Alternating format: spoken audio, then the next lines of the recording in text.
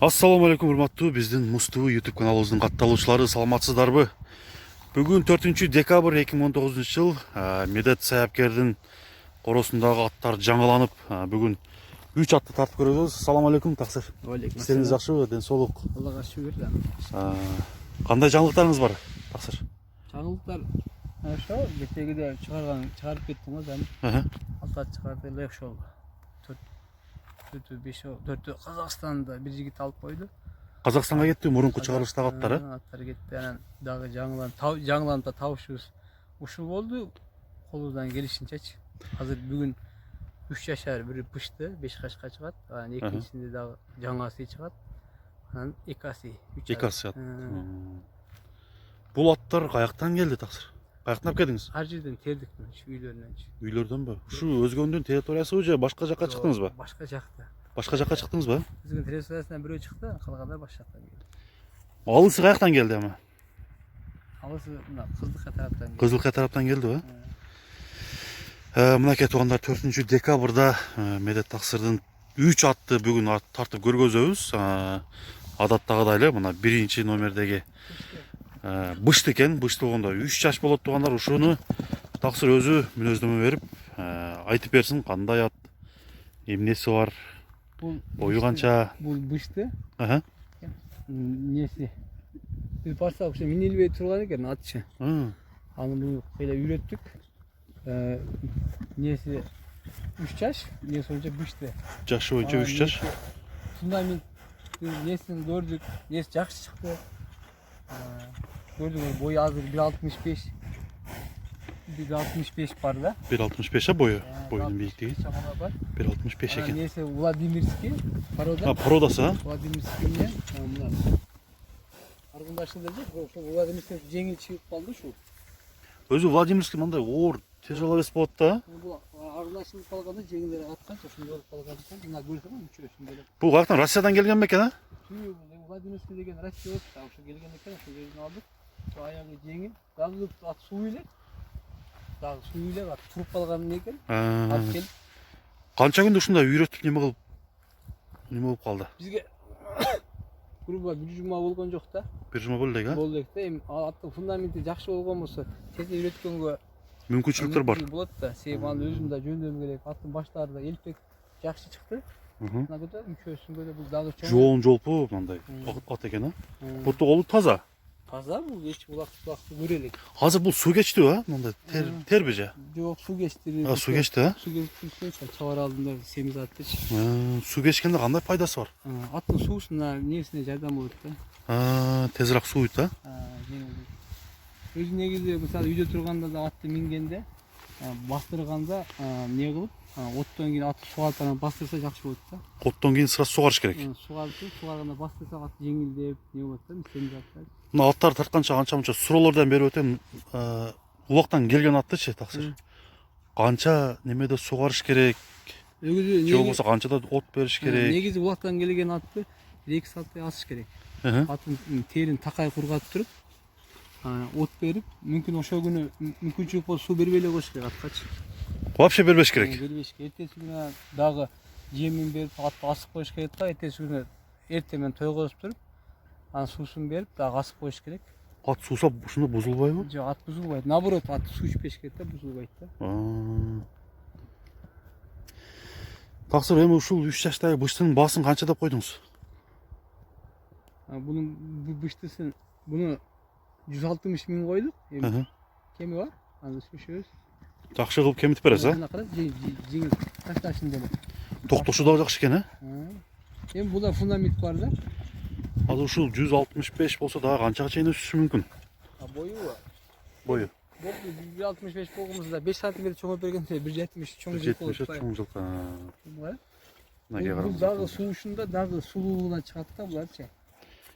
Ошондо бунун атасы Владимирский да? Владимирский болуп калат да. Эни тарабы мына эмне аргынашып калат, Донскийлергечи. Эне тарабы Донский, а? Владимирский дегенде бул капак деп коет, мындай буттар аябай не болуп оор болуш керек эле да. Аргынашылып калгандын неси бар да, арасындачы. Такага туруптур, а? Такасы бар экен. Такага соң турат экен. Учуп кайтып экен жаныбар. Өзүңүз такып аттыңызбы? Ооба, келген такап. мынакей келгенде жаңы такалап тұр туғандар. Басы 160 000 сом. Мынакей бойын, бұл аттың бойын сайапкерге медет тақсыра салыштырып, бойының биіктігін көрсеңіздер болады. Басы 160 000 сомдық бірінші номердегі бұл арғындашылған жылқы екен. Көкіректерін қараңыздар, жуын. 4 бүтсең ақ, бұл қашқа. Қайманат боя қойбадыңыз ба? Жоқ, қайманат қойылып. Мынакей туғандар. Алған адам қойылады да. Алған адам өзі қояды. Иншалла. Мына бірінші номердегі ат 160 000 сом болды. Мынакей туғандар, біздің қатталушылар, мұстуының көрушілері. Екінші номердегі бұл атты тартып көргөзүүнү баштайлы. Саяпкер өзі бұл атқа мүнөздөмө берсин. Бақсы мүнөздөмөнү баштай берсеңиз, кандай ат бұл? Қанша жаш? Бұл ат 4 жаш жаңасы. Былтыркы эмнеде быйыл жайда үйүргө коюп тур. Үйүр аябай жакшы дейт. Быштысына улакка үйрөтүп койгонбуз дейт. Улагы жакшы тамай дейт, бирок аттын несі үчтүү чок да. Анан атты баштар нелери бизге жакты, алдым. Бойунун бийиктиги 1.60 окшойт да? Ооба, 1.60тан деле бийиктик кылат. Аз-маз, 1.60 эле дейли-чи. Карабай жылкы да. Жүгүрүшүн да бир көрөлү. Кандай кетет экен? Кашкасы дагы жайында экен, а?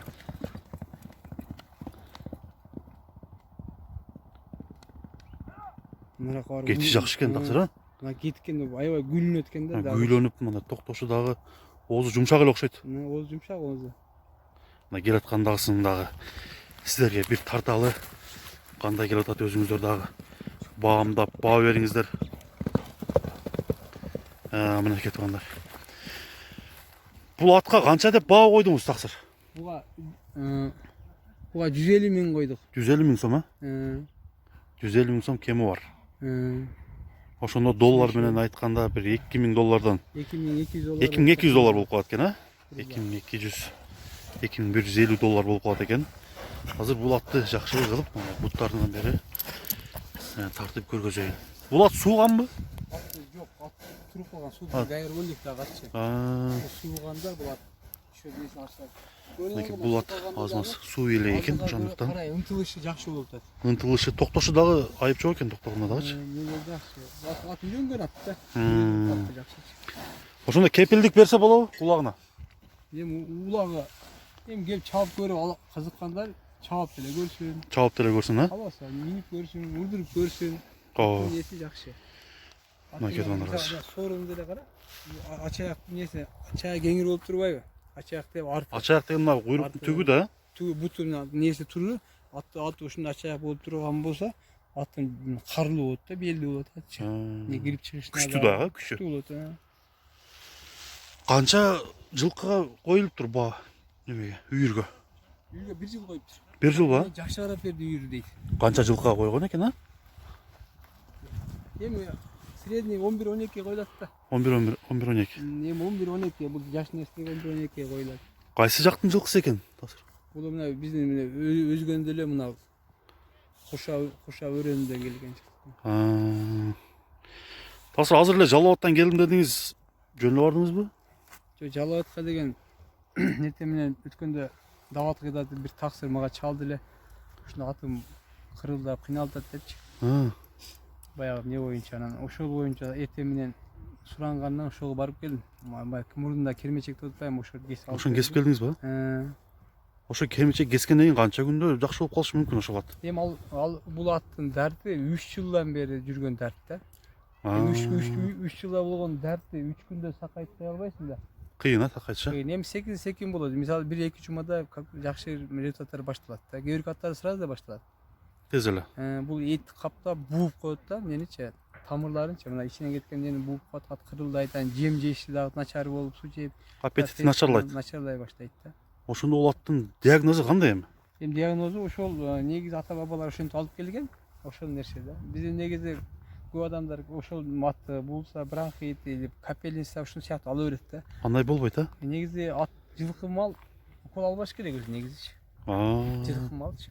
Жылкыны бузулганда кирарын менен, өт менен деп атпаймынбы? Ошол сыяктуу нерсе менен биз не кылсак, атка өтүп ат наркоман болуп калат да. Ошого уже неме болуп калат, а? Мынакей туугандар 150 миң сом деп коюлган бул жылкы жаңы асый.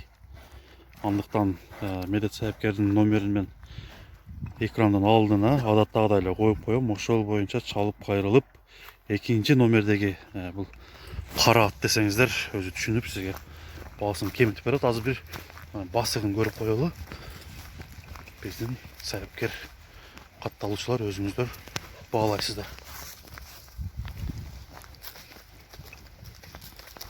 Мынакей туугандар, андыктан биринчи, экинчи кайсыл ат сизге жакты?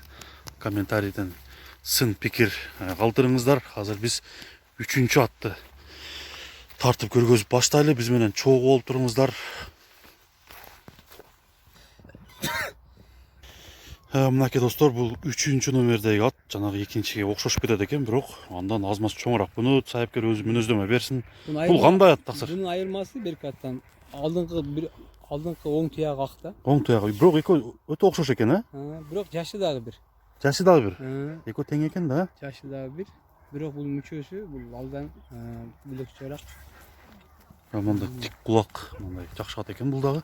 Бул атты азыр чаппаган себеби ат туруп калган ат. Аз чабып көрбөйбүзбү? Аз чабып көргөнгө болбойт бул ат. Бул ат алдан бийигирээк. Бийигирээк чыгат, 65 чыгып калат экен. Чыгат. Неси жакшы ат. Мүчөсү. Бул 4 жаш. Неге чабып көрбөйбүз азыр? Ат туруп калган. Туруп калган. Семиз. Ал бирок суу керек. Суу ичиш керек экен да. Мүчөсүн деле көрүп турсаң ат жакшы ат. Атка барышы нелери жакшы. Ошондо 4 асы, жаңасы. Жок, жаңасы 4 жаш. 4 жаш. Жазга 2 асы экен да. Жазга 2 асы болот.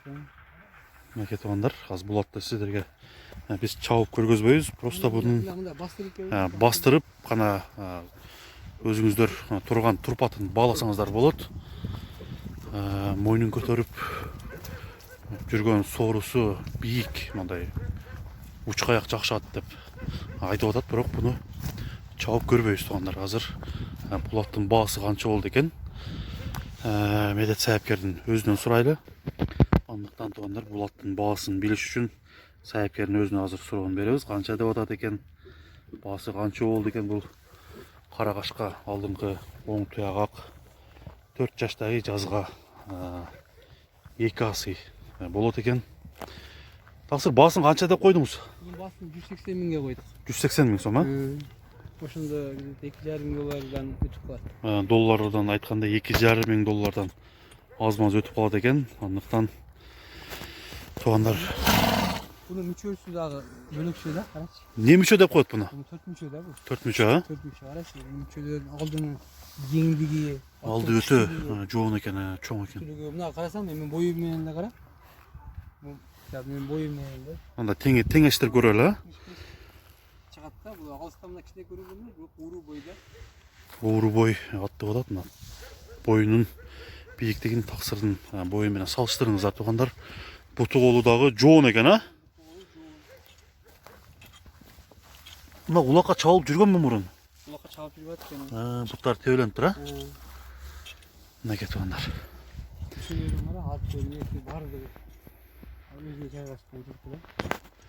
Төрт мүчөсү келишкен жакшы ат экен туугандар.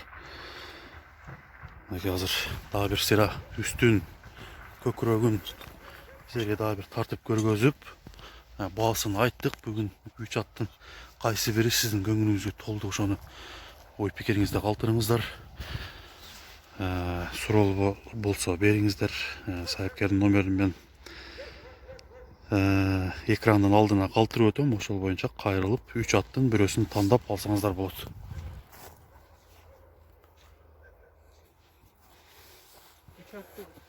Мынакей туугандар, бүгүнкү көргөзүүнү биз соңуна чыгарабыз. Саламатта калыңыздар, биздин каналга катталыңыздар. Бул видео менен бөлүшүп, сайыпкерге суроолор болсо WhatsApp номерге же болбосо комментарийге жазсаңыздар болот. Андыктан туугандар, Муз ТВ каналы, мен силер менен Замир болдум. Саламатта калыңыздар туугандар.